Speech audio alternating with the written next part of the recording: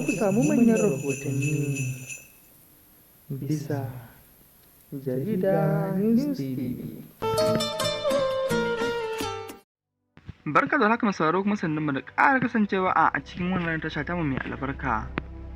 inda muke tafi muku da wannan babban rahoto haɗe da warware muku da ababai ce wannan lamarin ya kasance, da kuma yadda shugaban ƙasar Amurka ya ɗau wani al'amari da zafi,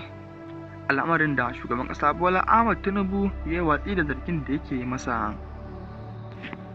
A don haka ne kuma shugaban ƙasar Amurka ya ƙara yin martani akan cewa lalle za a ɗauki ƙwarar mataki na soji a kan Najeriya idan har ba a dakatar da kisan kiyashin da ake wa Kiristoci ba. To fa wasu na ganin ana yi wa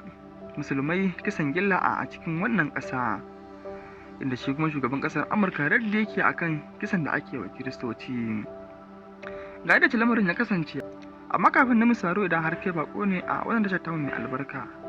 ka dangwala mana subscribe haɗi da ƙararrawar sanarwa domin kasance tare da mu a kodayaushe da zarar mun saki manyan rahotanninmu. Shugaban ƙasar Amurka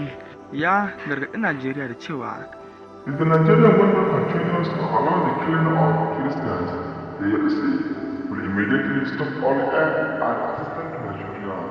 and the very well. Shugaban ƙasar Amurka yana magana ne akan cewa idan har gwamnatin Najeriya ta ci gaba da ba da izinin kashe Kiristoci, Amurka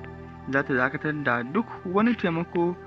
da taimakon da take bai wa Najeriya, kuma za ta iya shiga cikin wannan ƙasa mai wulaƙanci ga Kiristoci da bindiga domin kawar da 'yan ta'addan Islama da ke aikata waɗannan munanan ta'addanci akan Kiristoci. Misali ka ci gaba da biyo mu a sannu, inda za mu ci gaba da kawo maka cikakken wannan rahoto nan ba da jimawa ba. Kuma a nan ne za ka ji yace wani lamari ya kaya tun daga farko har ƙarshe.